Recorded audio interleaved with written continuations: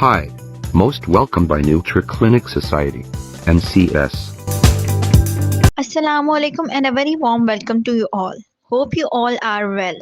First of all, I would like to introduce you all with our society, NutraClinic.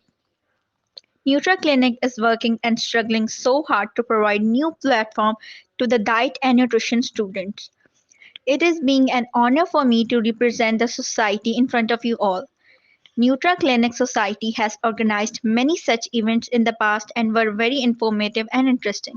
And today we came here with another informative session regarding anxiety and depression.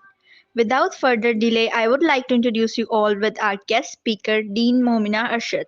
आज का जो हम लोगों ने topic discuss करना था वो basically anxiety और डिप्रेशन के ऊपर था। एंजाइटी और डिप्रेशन पाकिस्तान के अंदर अभी दोबारा से इंक्रीजिंग रेट के ऊपर जा रहा है, जिसकी वजह से सुसाइडल रेट जो है वो बहुत ज़्यादा इंक्रीज करना शुरू हो गया है। और सुसाइडल रेट के अगर दूसरी तरफ देखा जाए तो उसके अंदर भी डिप्रेशन से रिलेटेड काफ़ी ज़्यादा प्रॉब्लम फेस करने को आ रही है। उससे रिलेटेड आपके पास जितनी भी हम लोग देखें डाइट का रोल भी आ जाता है, आपके पास एक्सरसाइज रोल भी आता है, और कुछ हमारे पास कॉग्निटिव थेरेपीज होती हैं जो हम लोग नहीं करते अपनी डेली रूटीन के अंदर। उस वजह से भी हमारी लाइफ के ऊपर या ब्रेन के ऊपर बहुत ज़्यादा इफेक्ट आता है। मैं ये नहीं कहती कि सिर्फ फैमिली प्रेशर या पीयर प्रेशर की वजह से आपको डिप्रेशन हो सकता है।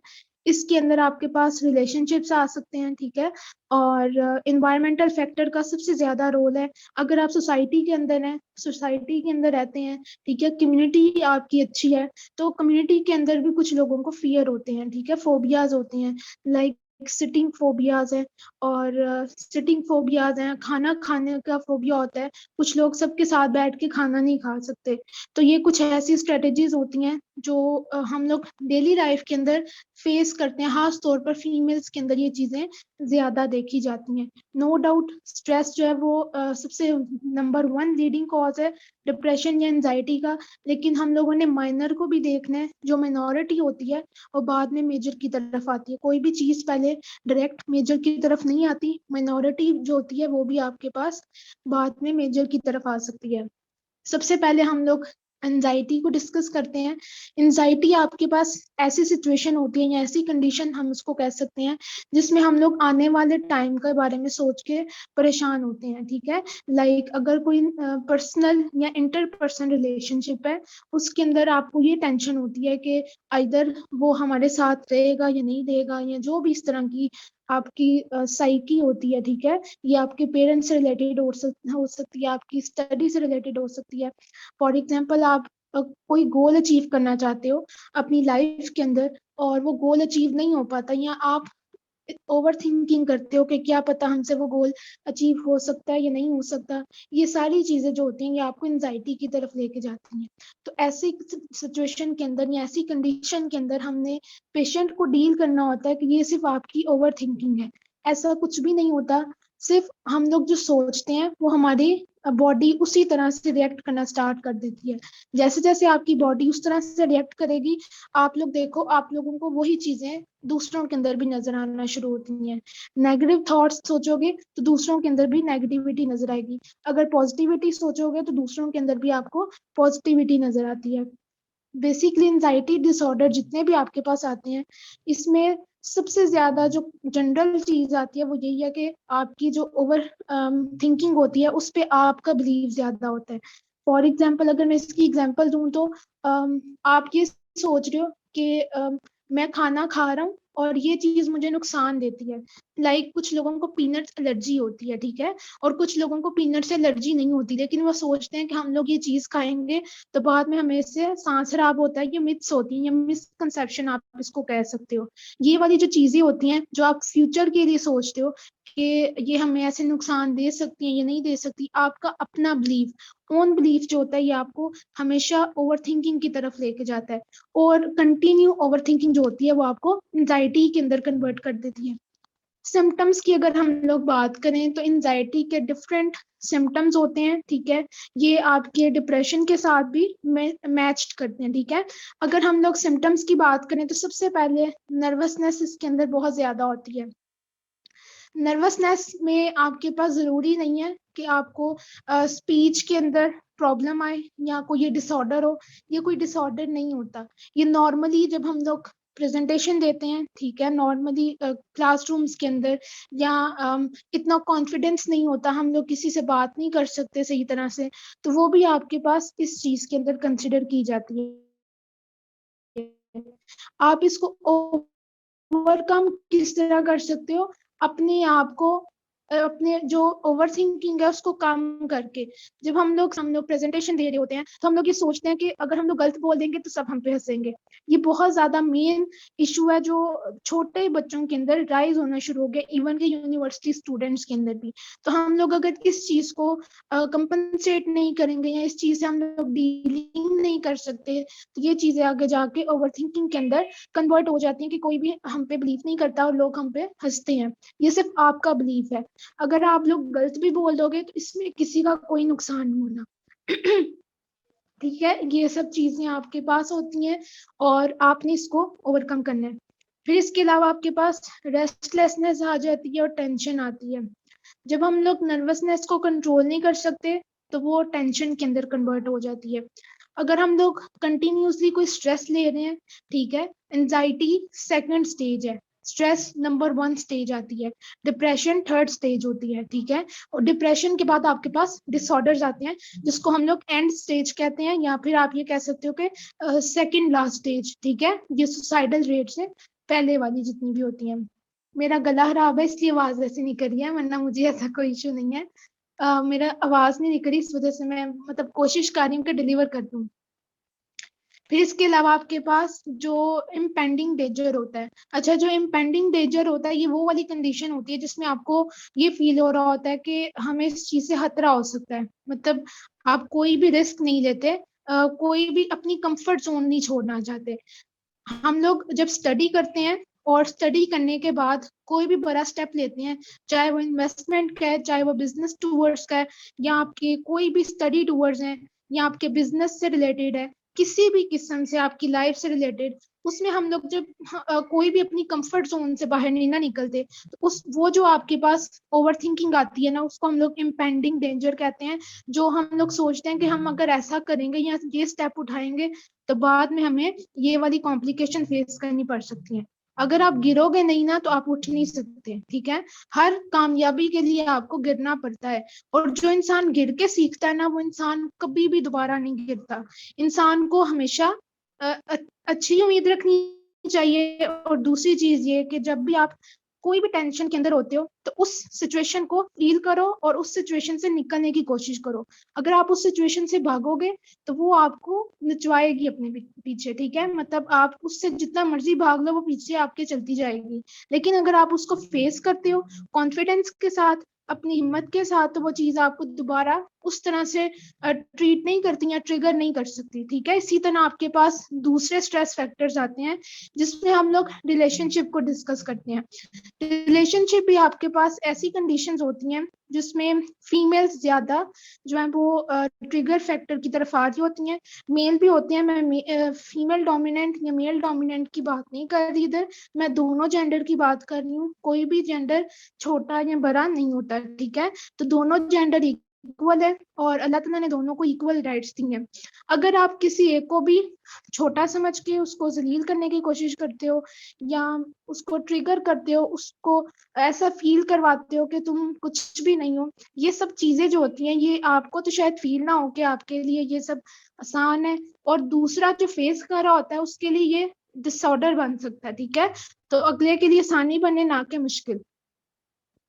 फिर इसके अलावा आपके पास ये सिम्टम्स होते हैं जो बहुत ज्यादा कॉमन है पाकिस्तान के अंदर। अगर आप इसको ओवरकम नहीं ना करोगे तो ये आगे जाके सुसाइडल रेट के अंदर ज्यादा हो सकता है। और एक सुसाइडल रेट किसी भी कंट्री के अंदर वो फर्दर सुसाइडल रेट को वेलकम करता है, ठीक है। आप देखो पहले पाकिस्तान के अंदर इतनी ज्यादा सुसाइड्स नहीं थी होती, लेकिन रिसेंटली ये कुछ महीनों से सुसाइड रेट ज्यादा होता जा रहा है। वो स्टडी प्रेशर भी हो रहा है, रिलेशनशिप प्रेशर्स भी हैं, फैमिली प्रेशर भी है, पीयर प्रेशर भी आ जाते हैं इसके अंदर।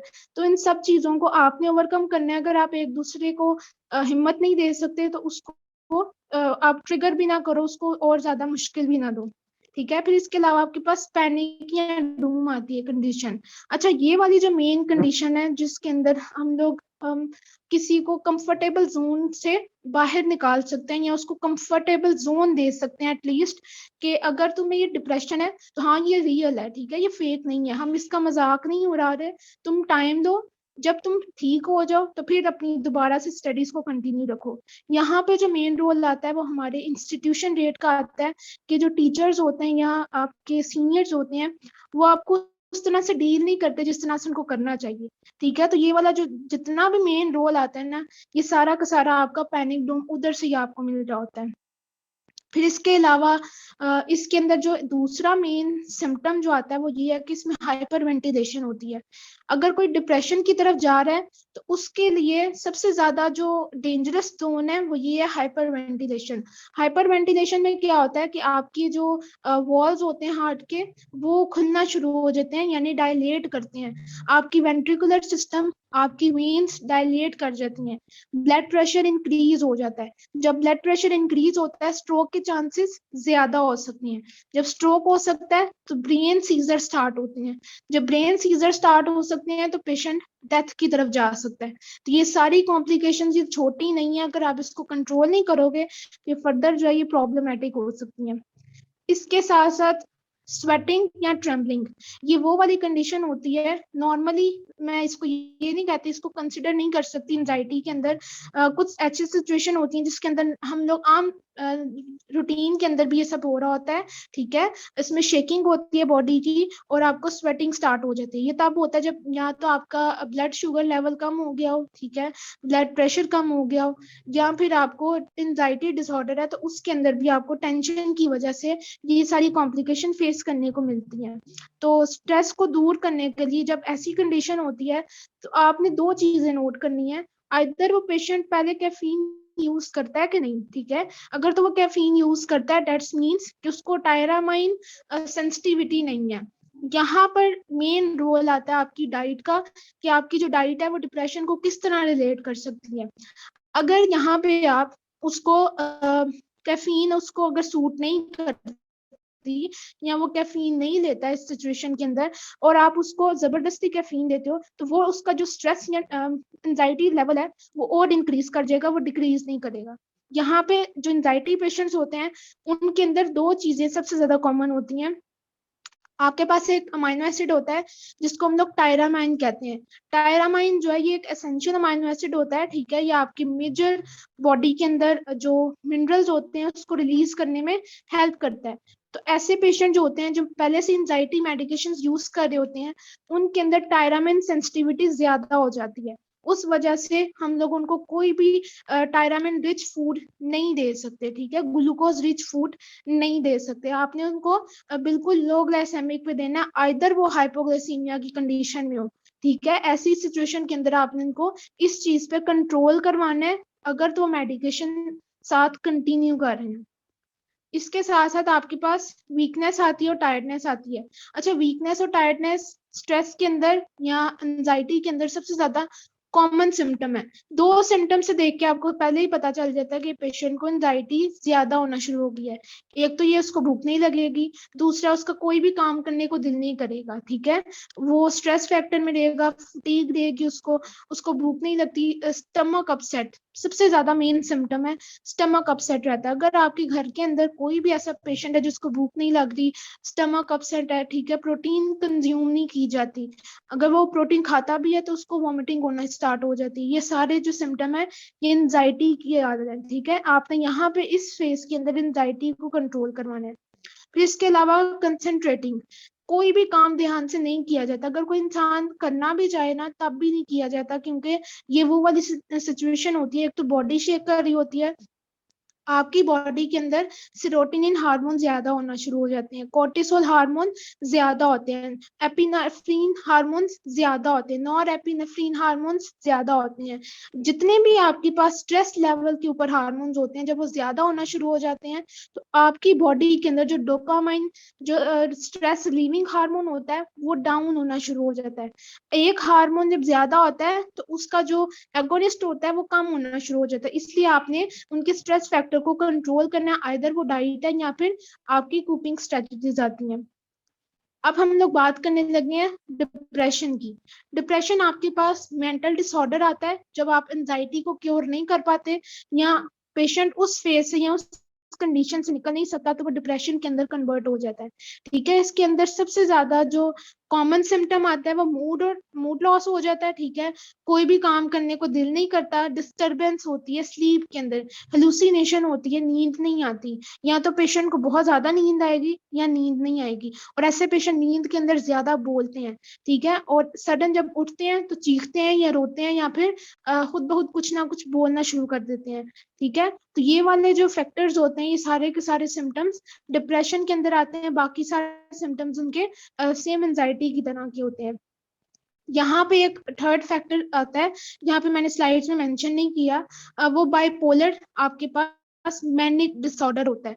बाइपोलर मैनिक डिसऑर्डर वो वाली कंडीशन आती है जिसमें आपका जो ब्रेन है ना, वो बिल्कुल ही आप ये कह सकते हो सीजर्स की तरफ चलना शुरू हो जाता है।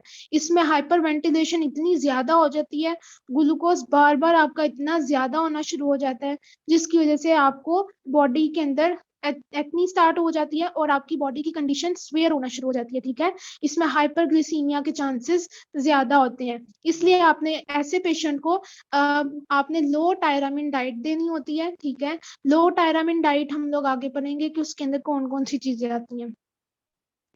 अच्छा, ये दोनों चीजें स्ट्रेस, एंजाइटी, डिप्रेशन, या जो भी आप इसको कह लो, इसके जितने भी कॉजेज हैं ये सारे के सारे हमारी इंटर पर्सन से लेकर इंट्रा पर्सन तक रिलेटेबल होते हैं। जेनेटिकल फैक्टर सबसे ज्यादा जो अराइजिंग फैक्टर आता है जिसको हम लोग जेनेटिकल फैक्टर कहते हैं। बायोलॉजिकल फैक्टर आ सकता है इसके अंदर, डाइटरी रोल, मेन रोल इसका आपके हार्मोन्स के साथ है और आपके अमाइनो एसिड्स के साथ, प्रोटीन सिंथेसिस ब्लॉकेज का भी इसके अंदर रोल आता है आपके पास। इन्वायरमेंटल रोल बहुत ज्यादा इंपॉर्टेंट है, आप सोसाइटी किस सोसाइटी के अंदर हो, आपका फ्रेंड सर्कल किस तरह का है, आपका फैमिली सर्कल किस तरह का है। ठीक है, आपकी फैमिली में तो कोई आपको प्रेशर नहीं दे रहा, या आपके फ्रेंड्स में कोई पीयर प्रेशर तो नहीं है, आपके फ्रेंड्स आपको डिसओन तो नहीं करते। ठीक है, ये सारी चीजें इन्वायरमेंटल फैक्टर के अंदर आती हैं। फिर रिलेशनशिप गोल्स आते हैं। ठीक है, ये आपकी इंटरपर्सनल आ जाते हैं जिसमें मेल और फीमेल, ठीक है, ये सब चीजें इसके अंदर कंसिडर की जा सकती हैं। जरूरी नहीं है कि ये अफेयर्स हों, ये फीमेल और मेल मींस हस्बैंड वाइफ के अंदर भी हो सकते हैं, उनमें भी स्ट्रेस, बाइपोलर डिसऑर्डर ज्यादा होने के चांसेस हो सकते हैं। सोशल कल्चर फैक्टर, ठीक है, ये आपके कल्चरल फैक्टर आते हैं, ट्रेडिशनल फैक्टर्स आ सकते हैं। आप लोग कल्चरल किसी दावत के ऊपर गए हो और वहां पे आप किसी दूसरी तरह से खा रहे हो और दूसरा बंदा आपको किसी और एंगल से देख रहा है, ये सब चीजें भी आपकी एंजाइटी डिसऑर्डर के अंदर आती हैं। फिर ऐसे लोग क्या होते हैं, वो किसी भी रेस्टोरेंट के अंदर जाकर बैठ के सही तरह से खा नहीं सकते। ठीक है, ये हेजिटेशन भी हो सकती है और स्ट्रेस फैक्टर भी हो सकता है। फिर पर्सनैलिटी से आपका जो मेन रोल आता है कॉजेज का, ये आजकल बहुत ज्यादा होना शुरू हो गया है, फीमेल्स के अंदर भी और मेल्स के अंदर भी। अगर पर्सनैलिटी की बात करूं तो मेल के अंदर ऐसा स्ट्रेस फैक्टर ज्यादा होता है जिसमें फीमेल जो है वो किसी को ब्लेम करती हैं, या फिर आप ये कह सकते हो कि उसको बिल्कुल नीचे गिराने की कोशिश करते हैं। तो ऐसे कंडीशन के अंदर जो पर्सनालिटी है वो बहुत ज्यादा अफेक्टेड होती है। तो ये वाले जो इससे रिलेटेड आपके पास एंजाइटी। अब हम लोग मैनेजमेंट की बात करते हैं। मैनेजमेंट के अंदर आपके पास एंटी डिप्रेसेंट्स आती हैं। अच्छा, एंटी डिप्रेसेंट्स आपके पास दो तरह की होती हैं, एक को हम लोग मोनोमाइन ऑक्सीडेंट जो इनहिबिटर्स होते हैं वो कहते हैं। ठीक है, दूसरा आपके पास जो है ना वो इसको हम लोग सेरोटोनिन कहते हैं, ये रीअपटेक इनहिबिटर्स होते हैं। अच्छा, जो ये वाले इनहिबिटर्स होते हैं ना, इसमें हम लोग ये दोनों एंटी डिप्रेसेंट जो भी आप ले रहे हो, कंज्यूम करते हो, ये क्या करता है, आपके ब्रेन के अंदर जो ब्रेन केमिकल्स होते हैं ना, जिसको हम लोग न्यूरोट्रांसमीटर्स कहते हैं, ये उसको काम करता है, उसके ऊपर काम करता है। लाइक नॉरएपिनेफ्रिन और सेरोटोनिन को काम करेगा, और डोपामाइन हार्मोन जो कि रिलीविंग हार्मोन है, स्ट्रेस रिलीविंग हार्मोन है, उसको ज्यादा करता है। ठीक है, एंटी डिप्रेसेंट मेडिकेशंस ये आप डॉक्टर से पूछ के लोगे या आप खुद से नहीं ले सकते। फिर इसके अलावा आपके पास साइकोथेरेपी आती है। अच्छा, साइकोथेरेपी के अंदर दो तरह की थेरेपीज आती हैं। इसमें आपके पास कॉग्निटिव बिहेवियर्स आते हैं और ये इंटरपर्सनल थेरेपी आती है। अच्छा, जो साइकोथेरेपी है ना, ये हम लोग डिप्रेशन के अंदर यूज करते हैं, एंजाइटी के अंदर नहीं। डिप्रेशन के अंदर जब डिप्रेशन स्वेयर होना शुरू हो जाता है तो उस सिचुएशन के अंदर हम लोग कॉग्निटिव बिहेवियर थेरेपीज यूज करते हैं। अच्छा, ये इसमें क्या होता है कि ये आपकी बॉडी से रिलेटेड, ठीक है, आपकी पर्सनैलिटी से रिलेटेड, ठीक है, आपके कल्चर से रिलेटेड, कोई भी ऐसी कंडीशन आती है जिसमें आपको नेगेटिव थॉट्स आते हैं आपकी पर्सन हेल्थ के ऊपर, वो सारे थॉट्स को क्लियर करने के लिए ये वाली थेरेपी यूज की जाती है। फिर इसके अलावा आपके पास इंटरपर्सनल थेरेपी होती है। इसमें हम लोग सुसाइड रेट को कम करने की कोशिश करते हैं, ठीक है,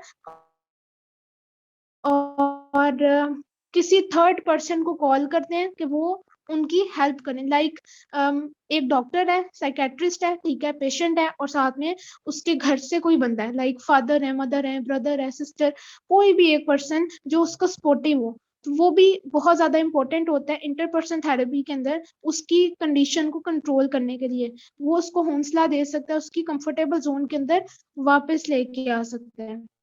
फिर इसके अलावा आपके पास इलेक्ट्रोकन्वल्सिव थेरेपी होती है। अच्छा, ये वाली थेरेपी हम लोग बाइपोलर डिसऑर्डर के अंदर करते हैं, जो एंड स्टेज में होती है। इसमें हम लोग जब सीजर्स बहुत ज्यादा बढ़ जाते हैं, उसको कंट्रोल करने के लिए हम लोग इलेक्ट्रोमैग्नेटिक वेव्स यूज करते हैं। ये मशीनरी के थ्रू की जाती है। ये नॉर्मली आप घर में नहीं कर सकते, और ये डॉक्टर की प्रिस्क्रिप्शन के बगैर कोई भी नहीं आपको सजेस्ट करेगा। जब डॉक्टर आपको कहेंगे तो वही आपकी ये थेरेपी कर सकते हैं। नॉर्मली स्ट्रेस को और एंजाइटी को क्योर करने के लिए हम लोग एक लास्ट थेरेपी भी यूज करते हैं, जिसको हम लोग आर्ट थेरेपी कहते हैं। आर्ट थेरेपी आपकी सबसे ज्यादा इंपॉर्टेंट थेरेपी होती है, जो आपको डिस्ट्रैक्शन की तरफ लेके जाती है। मींस आपकी जो नेगेटिव थॉट्स हैं वो पॉजिटिव थॉट्स के अंदर कन्वर्ट हो जाते हैं। जो आप सोच रहे हो, ओवर थिंकिंग करते हो, वो आप लिखना शुरू कर देते हो या आर्ट फॉर्म के अंदर कन्वर्ट कर देते हो उसको। तो ये भी मैनेजमेंट बहुत ज्यादा यूजफुल होती है इसके अंदर। अब हम लोग बात करने लगे हैं डाइटरी अवॉइडेंस की। मैंने आपको बताया था कि एंटी डिप्रेसेंट जो होती हैं वो दो तरह की होती हैं, जिसमें मैंने मोनोअमाइन ऑक्सीडेटिव इनहिबिटर्स का नाम दिया था। ये वाली जो आपके पास मेडिसिन आती हैं, इनका इंटरेक्शन जो है हमारी डाइट के साथ होता है, जिसको हम लोग टायरामाइन में आपको बता दी थी। ये सारे के सारे जो टायरामिन्स होते हैं, ये आपकी ऐसी कंडीशन के अंदर जिनको ये वाली मेडिकेशन दी जा रही होती हैं, उनमें हम लोग ये टायरामाइन जो डाइट होती है वो नहीं देते, रिस्ट्रिक्ट करते हैं, ठीक है।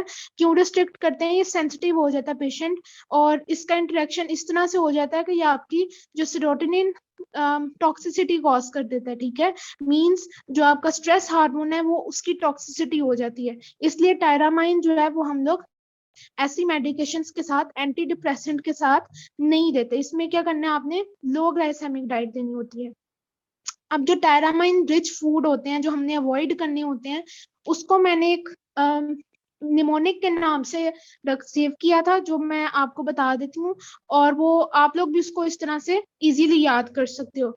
मैंने यहाँ पे जो निमोनिक बनाया था वो था पासवर्ड, ठीक है। अब आपको ये फूड्स नेम याद रहेंगे। जो पी है वो डिनोमिनेट कर रहा है प्रोसेस्ड और पिकल्ड फूड को। कोई भी प्रोसेस्ड फूड लाइक चीज है, इसमें बेकन आ सकते हैं, ठीक है, चिकन आ सकता है, आपका मीट आ सकता है। पिकल्ड के अंदर कैरेट्स आ सकती हैं, क्यूकम्बर आ सकता है। कोई भी पिकल फॉर्म के अंदर जो चीज है, अचार जिसको आप कह रहे हो, वो आपने यहाँ पर नहीं लेना। आपके पास जो राइप्ड एवोकेडोज होते हैं वो भी आप कंज्यूम नहीं करोगे इस सिचुएशन के अंदर। फिर स्मोक्ड मीट या वेजिटेबल्स। अच्छा, जो स्मोक्ड मीट और वेजिटेबल्स होती हैं, इसके अंदर एक केमिकल होता है जो स्मोक के अंदर से आता है, ठीक है। तो वो जो है वो टायरामिन रिच होता है, वो प्रोसेस फूड के अंदर कन्वर्ट कर देता है नॉर्मल फूड को। इसमें मैंने आपको बताया प्रोसेस्ड और पिकल्ड फ्रूट नहीं देंगे, राइप्ड एवोकेडोस नहीं देंगे। उसकी मेन रीजन ये है कि इसके अंदर ग्लूकोज ज्यादा हो जाती है और टायरामिन इसके अंदर प्रेजेंट होता है। स्मोक्ड मीट और वेजिटेबल्स ये भी नहीं देंगे, ठीक है। सोया सॉस और टोफो ये भी हम लोग रिस्ट्रिक्ट करते हैं ऐसे पेशेंट्स के अंदर जो एंटी डिप्रेसेंट मेडिकेशन यूज कर रहे हैं। वाइन जो है ये भी एज अ एंटागोनिस्ट काम कर रही होती है आपकी मेडिकेशंस के साथ। ऑरेंज, ठीक है, राइप्ड बनाना और ड्राई फ्रूट्स। ऑरेंज के अंदर जो है वो आपके जो टायरामिन होती है उसकी क्वांटिटी ज्यादा होती है और ये राइप्ड होके ज्यादा मजे का होता है, इसलिए लोग क्या करते हैं कि ये इसको अर्ली स्टेजेस में नहीं खाते, तो इसलिए आपने इसको रिस्ट्रिक्ट करना होता है। राइप्ड बनाना के अंदर टायरोसिन भी ज्यादा होता है, शुगर कंटेंट भी ज्यादा होता है। ड्राइड फ्रूट के अंदर भी same as it is sugar content भी ज्यादा होता है और इसके अलावा आपकी जो टायरामिन क्वांटिटी है वो भी ज्यादा होती है। जिनमें हम लोग एंटी डिप्रेसेंट देते हैं उनको सीजर्स का भी इशू होता है, तो ऐसे पेशेंट्स को हम लोग लो कार्ब डाइट के ऊपर रखते हैं, या फिर हम लोग क्या करते हैं कि लो ग्लाइसेमिक इंडेक्स डाइट देते हैं जिसमें कार्बोहाइड्रेट्स बहुत अच्छी अमाउंट में ऐड करवाते हैं लेकिन फाइबर के साथ, ठीक है, ताकि उसका अब्जॉर्प्शन रेट नॉर्मल हो जाए या बैलेंस हो जाए। इसके अलावा आपके पास ट्रिपल सी थेरेपी आती है ऐसी पेशेंट्स के लिए जिनको सेंसिटिविटी का इशू होता है। इसमें हम लोगों ने कैफीन, चीज और सिट्रस फ्रूट नहीं देने, ये डिप्रेशन को ट्रिगर कर देंगे। वो वाले डिप्रेशन पेशेंट्स को जो मेडिकेशंस के ऊपर हैं, जो लोग मेडिसिन नहीं लेते हैं आप उनको कैफीन दे सकते हो, ठीक है, लेकिन किस फॉर्म के अंदर, एंटी इंफ्लेमेटरी टी की फॉर्म के अंदर। आगे एमएनटी आती है, एमएनटी को हम लोग मेडिकल न्यूट्रिशन थेरेपी कहते हैं। ये वो वाली थेरेपी होती है जो वन लाइन थेरेपी कंसिडर की जाती है। आप अगर हॉस्पिटल वार्ड्स के अंदर काम करते हो तो आपको इसका पता होगा कि जो वन लाइन एमएनटी थेरेपी होती है वो क्या होती है। सेलेनियम रिच डाइट यहाँ पे हम लोग ऐड करेंगे। सेलेनियम जो होता है वो सेरोटोनिन टॉक्सिसिटी को कंट्रोल करता है और डोपामाइन को रिलीज करने में हेल्प करता है। लो फैट डाइट देंगे, हाई फैट प्रोसेस्ड फूड ये हम लोग रिस्ट्रिक्ट करते हैं इसके अंदर। नॉन प्रोसेस्ड फूड देंगे, ठीक है, स्टीम के अंदर मीट को पका कर देंगे ताकि पेशेंट के लिए ये हेल्पफुल रहे। फ्रेशली प्रिपेयर्ड वेजिटेबल्स जो होती हैं या सैलड्स होते हैं वो हम लोग देंगे। राइस के अंदर कैफीन कंटेंट ज्यादा होता है। किस तरह ज्यादा होता है, एक चाय, चावल, पालक और आलू, ये चार चीजें ऐसी हैं जिनको आप डबल बॉयल करो या दूसरी दफा पकाने लगो या बॉयल करो या गर्म करो, उसके अंदर निकोटिनिक एसिड ज्यादा हो जाता है। जब उसके अंदर कैफीन ज्यादा हो जाती है तो वो फायदा देने के बजाय नुकसान देती है। इसलिए आपने जितना खाना है सिर्फ उतना पकाओ, इसको बार बार गर्म करके मत पियो। आपने देखा होगा अक्सर यहाँ पर लोगों के अंदर बहुत कॉमन सिम्टम है, जो बूढ़े लोग होते हैं जो काम करते हैं वो चाय को बार बार गर्म करवा के पीते हैं और उनके अंदर डिप्रेशन रेट डबल होता है। क्यों डबल होता है, उनमें कैफीन कंटेंट वो ज्यादा कंज्यूम करते हैं, टायरामिन ज्यादा लेते हैं, सेरोटोनिन की टॉक्सिसिटी होती है। इसलिए हम लोग यहाँ पर चाय, चावल, पालक और आलू, ये ऐसी सब्जियां और आपके पास सीरियल आता है और टी है जिसको हम लोग दोबारा गर्म करके नहीं यूज कर सकते। आप अगर बाहर देखो जो यूनाइटेड स्टेट्स हैं उनमें जो चावल है वो दोबारा उस तरह से गर्म करके नहीं खाते। अगर उन्होंने पहले से बना के बॉक्सेस रख भी दिए ना, मील प्लान तैयार कर भी लिया ना, तब भी वो दोबारा से उसको गर्म करके नहीं खाएंगे क्योंकि इसके अंदर कैफीन कंटेंट ज्यादा होता है। फिर इसके अलावा आपके पास लीन मीट है, आप इसके अंदर चिकन भी यूज कर सकते हो, फिश भी यूज कर सकते हो, दूसरा मीट भी यूज कर सकते हो, बीफ भी यूज कर सकते हो, लेकिन जो विजिबल फैट होती है वो यहाँ पे आपने उसको खत्म करना है। मीन्स जो चर्बी ऊपर नजर आ रही होती है वो यहाँ से आप लोग नहीं लोगे। एग बहुत अच्छा सोर्स है लीन प्रोटीन का, वो आप यहाँ पर ऐड कर सकते हो। एंटीऑक्सीडेंट रिच डाइट देंगे। एंटी इंफ्लामेटरी और एंटीऑक्सीडेंट दोनों डाइट डिफरेंट होती हैं। एंटी इंफ्लामेटरी वो डाइट होती है जिसमें इंफ्लेमेशन रेट कम होता है, जो एंटीऑक्सीडेंट है वो वाली डाइट होती है जिसमें ऑक्सीडेशन रेट कम होता है, ऑक्सीडेटिव स्ट्रेस कम होता है। तो हम लोगों ने यहाँ पे एंटीऑक्सीडेंट डाइट देनी है। एंटीऑक्सीडेंट के अंदर आपके पास कौन कौन से फूड्स आते हैं, आपके जितने भी फ्रेश फ्रूट्स होते हैं, चाहे आप बनाना भी ले रहे हो ना तो फ्रेश फॉर्म में होना चाहिए, मीन्स कच्चा केला जिसको हम लोग ग्रीन बनाना कहते हैं, ठीक है, वो आपने लेना है। यहाँ पे चितरी केला इस्तेमाल नहीं करना। जो चितरी केला होता है वो राइप बनाना होता है। कोई भी फ्रूट जो राइप्ड हो जाए उसके अंदर टायरामिन कंटेंट ज्यादा हो जाता है, इसलिए हम लोगों ने यहाँ पे राइप्ड फ्रूट्स नहीं ऐड करने। सिर्फ और सिर्फ यहाँ पे हम लोग ऐसे फूड ऐड करेंगे जो फ्रेश होते हैं, वो आपके ऑक्सीडेंट लेवल को कम करने में हेल्प करते हैं। आपके पास जो नेचुरल एंटी डिप्रेसेंट फूड्स आते हैं, सबसे पहले आपके पास मिंट है, ठीक है, mint androgen hormone, cortisol hormone, ठीक है, स्ट्रेस जो आपका हार्मोन होता है सेरोटोनिन हार्मोन, उसके अपटेक को कम करता है, ठीक है, और डोपामाइन को रिलीज करता है। मींस ये स्ट्रेस रिलीविंग हार्मोन होता है और ये आप कंज्यूम कर सकते हो। फिर जो बीन्स हैं, बीन्स टायरामिन को किल करते हैं, ठीक है। बीन्स आप अपनी रेगुलर लाइफ के अंदर ऐड कर सकते हो। फिर ब्राज़िल नट, ब्राज़िल नट आपने वीक के अंदर सिर्फ 2 दफा कंज्यूम करने हैं, रेगुलर बेसिस पे इसको कंज्यूम नहीं करना, क्योंकि ये भी सेरोटोनिन की टॉक्सिसिटी कर सकता है, इवन थायराइड का इश्यू इससे हो सकता है। इसमें सेलेनियम ज्यादा होता है, इसलिए हम लोगों ने इसको इतना ज्यादा कंज्यूम नहीं करना, मॉडरेशन अमाउंट के अंदर लेना है, वीक में 2 दफा। फिर इसके अलावा स्पिनच, ठीक है, ये भी बहुत अच्छी अमाउंट में आप इसको ले सकते हो। रोज के अगर आप 2 से 3 जो इसके क्या इसको कह सकते हैं लीव है, वो आपने लेना है, बेबी स्पिनच, ठीक है। इसको आपने पका के नहीं खाना। यहाँ पे पाकिस्तान में बहुत गंदा सा ट्रेंड है, हम लोग पालक या साग बना के खाते हैं, उसका फायदा कोई नहीं होता, वो ना तो आपको आयरन मिल रहा है ना ही कोई चीज मिल रही है, बस आप उसको एज अ ईटिंग सोर्स अपनी सेटिस्फेक्शन के लिए खा रहे हो, ठीक है, और इसका आपको कोई फायदा नहीं होगा। लेकिन अगर आप इसको स्मूदीज की फॉर्म में लेते हो तो वो आपको डबल फायदा देगी। लेकिन आपने अगेन एसिड ज्यादा होता है, तो जिन लोगों को किडनी का इशू होता है या डायबिटीज होती है उनके लिए नुकसानदेह हो सकता है, ठीक है। इसलिए आपने इसको मॉडरेशन अमाउंट के अंदर लेना है, जिनको डायबिटीज है या फिर जिनको किडनी का इशू होता है, यूरिक एसिड का इशू होता है, ठीक है, उसके अंदर आपने इसको कंट्रोल करना है।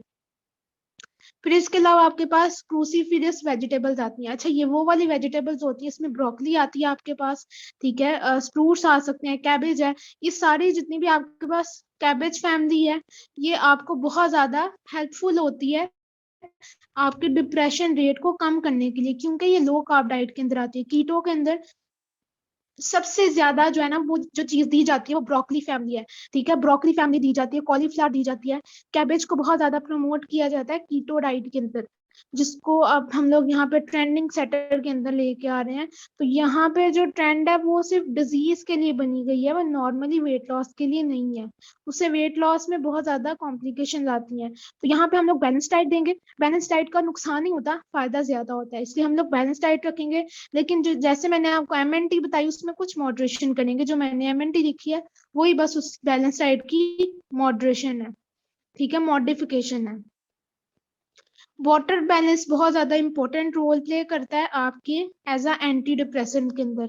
वाटर जो है ऑक्सीजन प्रोवाइड करता है, जब आपके ब्रेन सेल्स के अंदर ऑक्सीजन जाती है तो ऑक्सीडेटिव स्ट्रेस आपका खुद बहुत कम होना शुरू हो जाता है। इसलिए जो वाटर है, हाइड्रेशन लेवल आपने अपनी बॉडी का अच्छा रखना है। आप देखो गर्मियों के अंदर या सर्दियों के अंदर जब आप पानी नहीं पीते आपकी स्किन ड्राई हो जाती है, वो जो आपकी बॉडी में जिस प्रोसेस की वजह से स्किन ड्राई हुई है वो ऑक्सीडेटिव स्ट्रेस है। अगर आप पानी पीते हो, ऑक्सीडेटिव स्ट्रेस कम हो जाता है स्किन सेल्स के ऊपर, तो आपकी जो स्किन है वो दोबारा से मॉइस्चर हो जाती है। सेम यही कंडीशन डिप्रेशन पेशेंट के अंदर आती है, जब आप अपनी डाइट के अंदर वाटर सही अमाउंट के अंदर ऐड नहीं करते तो ऑक्सीडेटिव स्ट्रेस ज्यादा हो जाता है, ठीक है, स्ट्रेस रिलीविंग हार्मोन आपका जो है वो कम होना शुरू हो जाता है। यहाँ पे आपने water balance major role play करता है आपकी स्ट्रेस रिलीविंग फैक्टर के अंदर। डार्क चॉकलेट जो होती है वो मिल्क चॉकलेट से 1000 गुना बेहतर होती है, ठीक है, आपने ये ऐड करनी है। इसमें caffeine content no doubt present होता है, लेकिन इसके अंदर डोपामाइन जो हार्मोन होता है वो भी प्रेजेंट होता है। ये आपके डोपामाइन हार्मोन को रिलीज करने में हेल्प करती है, हेलुसिनेशन को कम करती है, ठीक है। जो लोग सही रात जागते रहते हैं, इंसोम्निया की कंडीशन होती है, उसको ट्रीट करने में ये बहुत ज्यादा रोल प्ले करती है। फिर इसके अलावा चमेली जो होती है, चमेली के पत्ते जिसको हम लोग कैमोमाइल टी कहते हैं, ये भी आपका स्ट्रेस रिलीविंग फैक्टर के अंदर आती है, एंटी इंफ्लेमेटरी है, एंटीऑक्सीडेंट्स होते हैं इसके अंदर, तो ये आप अपनी ब्रेन हेल्थ के लिए इसको यूज कर सकते हो। टी पॉलीफिनोल भी ग्रीन टी के अंदर ऐड होता है, ये न्यूट्रासूटिकल है जो स्ट्रेस को किल करने में हेल्प करता है, ठीक है। ये रिसेंट स्टडीज हैं, अमेरिका के अंदर एफडीए ने इसको अप्रूव भी किया था। उन्होंने क्या किया था, रैट के अंदर स्टडी की थी, टी पॉलीफिनोल्स ऐड करवाए थे उसके डाइट के अंदर, तो उसके अंदर जो मेंटल इश्यूज आ रहे थे वो 90% तक कंट्रोल हो गए थे, ठीक है। तो जो आपका इम्यून सिस्टम है उसके अंदर ईसीजीसी जो आते हैं न्यूट्रासूटिकल्स, जिसको हम लोग टी पॉलीफिनोल्स कहते हैं, ये आपकी ग्रीन टी के अंदर ऐड होते हैं, ग्रीन टी एक्सट्रैक्ट के अंदर, ठीक है। तो आप इसको यहाँ से कंज्यूम कर सकते हो। अब मेन जो स्ट्रेटेजीज आती हैं जो आप खुद अपने ऊपर काम कर सकते हो। पेशेंट के लिए जरूरी है कि उसके पास साइकेट्रिक डॉक्टर हो, ठीक है, फिर आपके पास सपोर्टिव फैमिली हो, पीयर प्रेशर को कंट्रोल करने के लिए आपकी ये जो फ्रेंड्स सपोर्टिव होने चाहिए। लेकिन इसमें सबसे ज्यादा जो मेन रोल आता है ना, वो पर्सन का खुद आता है कि वो अपने आप के लिए क्या कर रहा है। ठीक है, स्ट्रेस के लिए कहा जाता है कि जो स्ट्रेस है वो उसको कहा जाता है कि वो आपसे है। ठीक है, और आपने ही उसको ठीक करना है। ठीक है, एक साइंटिस्ट है, उन्होंने अपनी बुक का नेम रखा था stress is about you versus you. ठीक है, कि अगर स्ट्रेस आपको है ना, तो आपने ही उसको ठीक करना है। कोई थर्ड पर्सन आकर उसको ठीक नहीं कर सकता, उस तरह से काउंसल नहीं कर सकता जिस तरह से मोटिवेशन आप अपने आप को खुद दे सकते हो। तो यहाँ पर जो कूपिंग स्ट्रेटेजीज आती हैं, वो सबसे पहले तो ये है कि आपने कोई भी एक नोटबुक या नोटपैड अपने साथ हर हाल में रखना है। ठीक है, कोई भी ऐसा इशू होता है, रिलेशनशिप इश्यूज हैं, स्ट्रेस फैक्टर है, ओवर थिंकिंग का बहुत ज्यादा इशू आता है। ये स्टडी जितने भी पेशेंट होते हैं या स्टूडेंट्स होते हैं, यूनिवर्सिटी स्टूडेंट्स होते हैं, तो उनको चाहिए कि जो भी वो ओवर थिंकिंग करते हैं वो लिखना शुरू कर दें। एक टाइम आएगा उनकी ओवर थिंकिंग खुद बहुत कम हो जाएगी। इसको हम लोग पॉजिटिव रिस्पॉन्स कहते हैं। नेगेटिव रिस्पॉन्स को चेंज करने के लिए हम लोग नोट पैड अपने साथ रखते हैं। ठीक है, फिर हम लोग एक्सरसाइज आपके 50% स्ट्रेस को कम करने में बहुत ज्यादा रोल प्ले करता है। इसमें हम लोगों को क्या करना चाहिए कि जो अपना एक्सरसाइज पार्टनर होता है वो साथ रखना चाहिए। आप किसी फ्रेंड के साथ चले जाओ, आप मदर के साथ चले जाओ, फादर के साथ चले जाओ, ब्रदर के साथ, जो आप समझते हो कि ये मेरे साथ टाइम स्पेंड करने में अच्छा है। ठीक है, जो आपको बातों में लगाई रखे, आपको डिस्ट्रैक्शन प्रोवाइड करे। ठीक है, वो सब चीजें जो आपको डिस्ट्रैक्ट करें आपके उस फैक्टर से या उस स्ट्रेस जोन से जो आपको टेंशन देती है, एंजाइटी देती है, तो ये बहुत ज्यादा इंपॉर्टेंट रोल है आपकी कोपिंग स्ट्रेटेजीज के अंदर। फिर सप्लीमेंट्स होते हैं। सप्लीमेंट्स के अंदर हम लोग मेमोरी को एनहांस करने के लिए स्पायरुलिना लेते हैं। ठीक है, पॉलीफिनोल्स लेते हैं, जो मैंने आपको बता दिया कि आप ग्रीन टी से उसको कंज्यूम कर सकते हो। पॉलीफिनोल सबसे ज्यादा एक्सपेंसिव अभी तक का न्यूट्रास्यूटिकल है। रहे थे सबसे पहले आपके पास सेल्फ सूथिंग होती है। सेल्फ सूथिंग में आपकी बॉडी की 5 सेंसेस यूज होती हैं, सेंस, स्मेल, टेस्ट, टच और सीन। ठीक है, जो भी आपने देखा है, खाया है, जिस चीज को हाथ लगाया, ये सारी की सारी आपकी कूपिंग स्किल्स के अंदर यूज होती हैं। आपने अपने आप को कंफर्ट जोन के अंदर लेके आना है इन 5 सेंसेस के अंदर। लाइक अगर आप कोई चीज देख रहे हो तो आप उसको ओवर थिंकिंग को कम करने के लिए मूवीज के अंदर उसको देखो, साइंटिफिक मूवीज यूज करना शुरू कर दो। ठीक है, वो देखना शुरू कर दो। आप ओवर थिंकिंग करते हो तो आप उसको लिखना शुरू कर दो।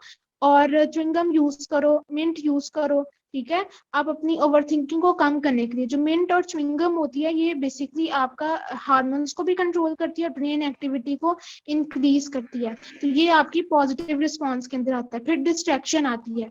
डिस्ट्रैक्शन के अंदर आपकी जो मेन इशू आता है वो ये है कि हम लोग जो सबसे ज्यादा मेन इंपॉर्टेंट फैक्टर है इसके अंदर, वो ये है कि हम लोग कोई भी ऐसा काम करें जो आपके उस एंजाइटी जोन से निकालने के लिए आपको यूज किया जाए। लाइक हम लोग पजल देखना शुरू कर देते हैं, पजल्स बनाना शुरू कर देते हैं।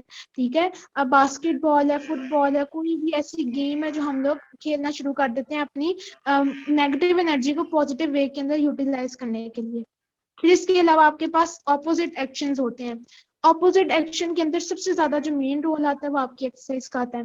अगर आप अपनी कोई भी ऐसी स्ट्रेटेजीज होती हैं, कोई भी ऐसी बैड एनर्जी है, नेगेटिव एनर्जी है, उसको पॉजिटिव वे में यूटिलाइज करो, बॉक्सिंग करो, तो वो आपकी स्ट्रेंथ बनना शुरू हो जाती है। और जो आपकी स्ट्रेंथ होती है वो कभी भी आपको दोबारा से उस तरह से गिरने नहीं देती जिस तरह से आप पहले गिरते हो। ठीक है, जितने भी आप साइंटिस्ट देख लो, जितने भी ट्रेनर्स देख लो, फिटनेस ट्रेनर्स देख लो, इवन के नॉर्मल लेमैन पर्सन भी जब डाइटिंग करके अपनी बॉडी को दोबारा से मेंटेन करता है, वो जो उसकी वीकनेस थी वो उसकी स्ट्रेंथ बनी है। वो स्ट्रेंथ किस तरह बनी है, उसने अपने आप को चेंज किया है, और ये किसी थर्ड पर्सन की वजह से नहीं हुआ। तो ये वाली जो फैक्टर, ये पॉजिटिव एनर्जी आपकी कन्वर्जन हुई है, ये आपके ऑपोजिट एक्शन की वजह से होती है। फिर आपकी इमोशनल अवेयरनेस आता है। इसमें एक मेन इंपॉर्टेंट फैक्टर है इमोशनल जो अवेयरनेस है। इसके अंदर हम लोग क्या करते हैं, कोई भी नॉवेल्स पढ़ना शुरू कर देते हैं। ठीक है, जो आपके इमोशंस को चेंज करना शुरू करते हैं। साइंटिफिक नॉवेल्स आपको मोटिवेट करते हैं हमेशा। अगर आप सैड नॉवेल्स देखो, स्टोरीज देखो, एंड स्टोरीज देखो, वो आपको उस तरह से मोटिवेट नहीं करेंगे जितना मोटिवेशन आपको साइंटिफिक नॉवेल से मिलेंगे या फिर कोई स्टोरी टेलिंग बुक से मिलती है। तो यहाँ पे आपने इमोशनल अवेयरनेस में इस चीज का काम करना है। और यहाँ पे साइकेट्रिक जो डॉक्टर होता है वो बहुत ज्यादा रोल प्ले करता है कि वो पेशेंट पेशेंट का जो इमोशन है उसको किस तरह चेंज कर सकते हैं विदाउट उसको बताए, ठीक है। ये डॉक्टर का काम होता है, ये साइकेट्रिस्ट ही कर सकते हैं, और साइकेट्रिस्ट के पास जाना कोई बुरी बात या कोई ऐब नहीं है, ठीक है। माइंडफुलनेस, अच्छा माइंडफुलनेस आपके पास ऐसी स्किल होती है जिसके अंदर हम लोग कोई भी ऐसा टूल यूज कर सकते हैं जो आपके प्रेजेंट मोमेंट को बैलेंस कर सके, आपको रिलैक्स कर सके।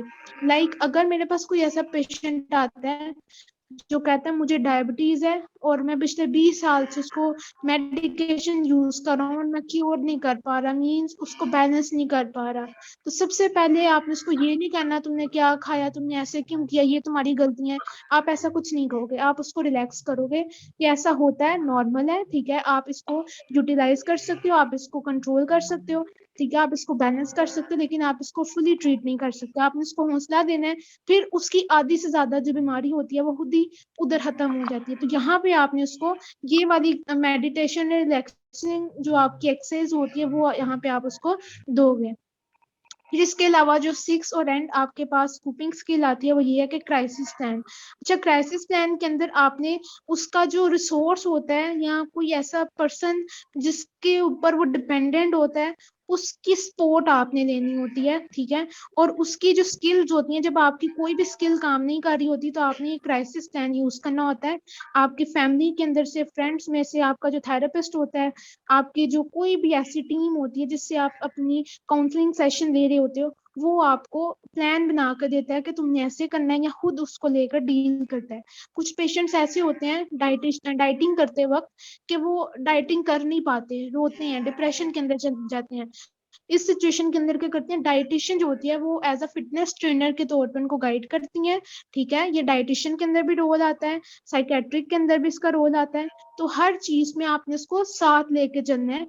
अगर आप एक ह्यूमन बीइंग बन के सोचोगे तो ये आपके लिए ज्यादा इजी होगा कि पेशेंट आपके साथ ज्यादा कंफर्टेबल हो जाएगा as compare to their family, ठीक है। तो यहाँ तक हमारा आज का लेक्चर था। अगर किसी भी चीज की समझ नहीं आई तो आप मुझसे दोबारा पूछ सकते हैं, मैं आपको दोबारा बता दूंगी। अगर किसी का कोई क्वेश्चन है इस टॉपिक के रिलेटेड तो प्लीज आप पूछ लें।